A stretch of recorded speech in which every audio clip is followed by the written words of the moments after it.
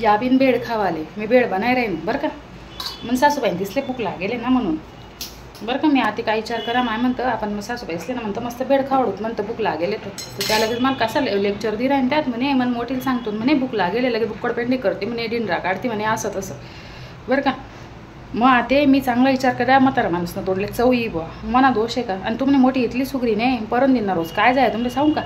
आम्ही जेवाले का बयसनी स्वतःहून फोन करा वहिनी आम्ही जेवाली राहीन होतो म्हणे काय करू म्हणे मग तुम्ही राहणार तर जेवाले म्हणे भाऊजी म्हणे जेवाले मग म्हणे अंडा करी करा म्हणे बरं का. अंडा करी सांगे बहीण आम्ही दोन्ही गोष्ट जेवाले बहीण त्या बहीणले का अंडा करी समजले नाही काय माहिती डायरेक्ट अंडान भाजी आलं कट्टी आणि कढी टाकणी कढी आलं कुकायठी अंडा करी समजली नाही. मी यूट्यूब काय काम राहत नाही समजलं होतं यूट्यूबवर देखते अंडा करी काय रस असं अंडान भाजी सांग कोण कढी खास हाय तर समजाल पाय का नाही.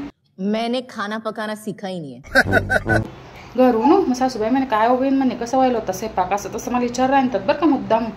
मम्मी बी बोल म्हणतं काही नाही म्हणतं भाऊजी उन्हात जेवाया म्हणतं ताक संगे शेवाया म्हणतं सासूबाई असं टेम्पस ठेवा मम्मीने बी.